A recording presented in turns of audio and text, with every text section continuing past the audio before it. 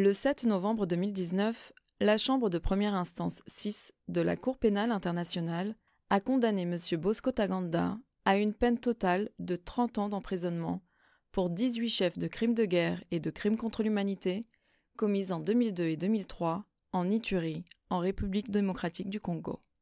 En présence de l'accusé, la Chambre de première instance 6, composée du juge-président Robert Fremer, de la juge Kuniko Ozaki et du juge Django Chung, a tenu une audience publique afin de rendre sa décision.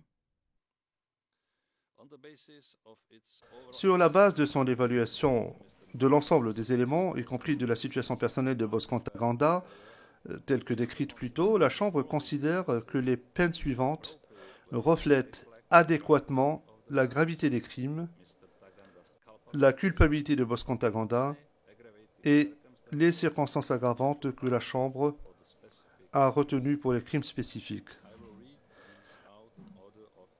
Je vais donner lecture à ces peines dans l'ordre de gravité. Monsieur Ntaganda, veuillez vous lever.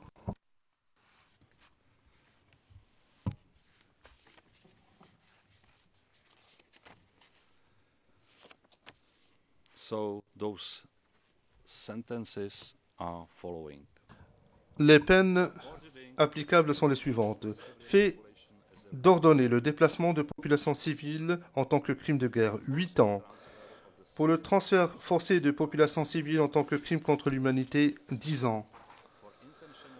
Pour le fait de mener des attaques directes contre des biens protégés en tant que crime de guerre, 10 ans.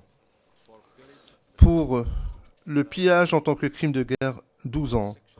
Pour l'esclavage sexuel de civils, constitutif de crimes contre l'humanité et crimes de guerre, 12 ans. Pour la réduction en esclavage sexuel d'enfants de moins de 15 ans recrutés dans les rangs de l'UPC-FPLC en tant que crime de guerre, 14 ans. Le fait de diriger intentionnellement des attaques contre des civils en tant que crime de guerre, 14 ans. Le fait de détruire les biens des adversaires en tant que crime de guerre, 15 ans. Pour le viol d'enfants de moins de 15 ans, recrutés dans les rangs de l'UPC-FPLC en tant que crime de guerre, 17 ans. Pour la conscription et l'enrôlement d'enfants de moins de 15 ans dans un groupe armé et le fait de les faire participer activement à des hostilités en tant que crime de guerre, 18 ans. Pour le viol de civils en tant que crime contre l'humanité et en tant que crime de guerre, 28 ans. Pour le meurtre et les tentatives de meurtre en tant que crime contre l'humanité en tant que crime de guerre, 30 ans. Pour la persécution en tant que crime contre l'humanité, 30 ans d'emprisonnement. Monsieur Ntaganda, veuillez vous asseoir.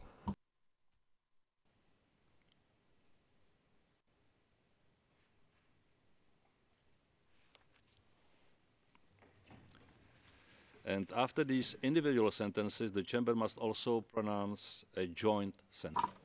Nous venons de prononcer des peines individuelles. La Chambre s'apprête maintenant à prononcer une peine unique pour la durée totale de la période d'emprisonnement. L'article 78.3 du statut dispose que la période d'emprisonnement totale ne doit pas être supérieure à la peine individuelle la plus lourde. Et de plus, conformément à l'article 77 du statut, la durée totale d'emprisonnement ne peut dépasser 30 ans ou une peine d'emprisonnement à perpétuité.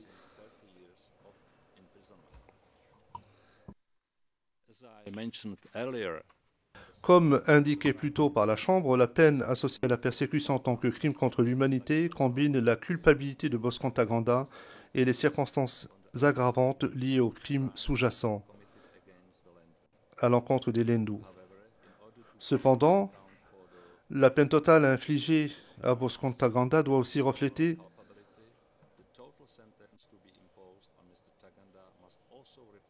la déclaration de culpabilité prononcée à son encontre pour les crimes supplémentaires commis contre des enfants de moins de 15 ans qui avaient été recrutés au sein de l'UPC-FPLC, et ce pour qu'ils soient tenus dûment compte de la multiplicité des crimes et de la culpabilité d'ensemble.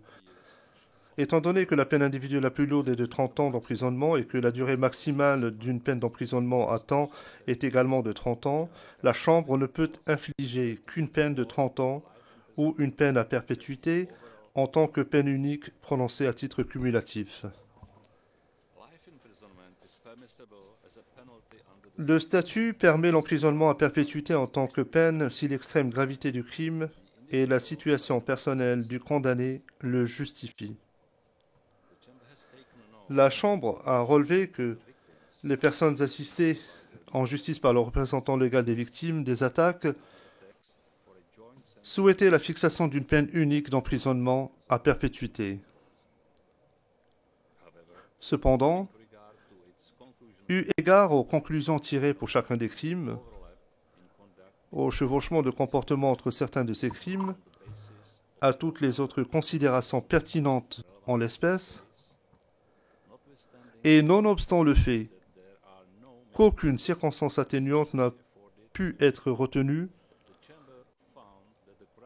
la Chambre a conclu que les crimes dont Bosco Ntaganda a été déclaré coupable ne justifient pas une peine d'emprisonnement à perpétuité malgré leur gravité et le degré de culpabilité de l'intéressé. Par conséquent, Monsieur Ntaganda, je vous demanderai de bien vouloir vous lever à nouveau. Monsieur Ntaganda,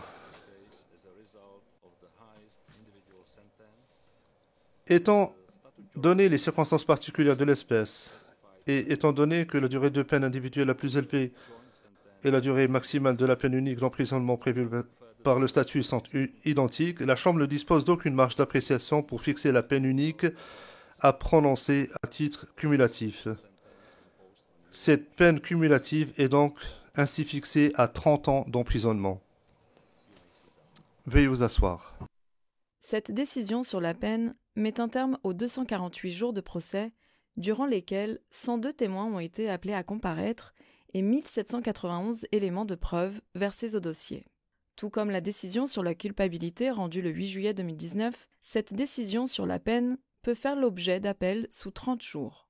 Les questions relatives aux réparations en faveur des victimes seront examinées en temps voulu.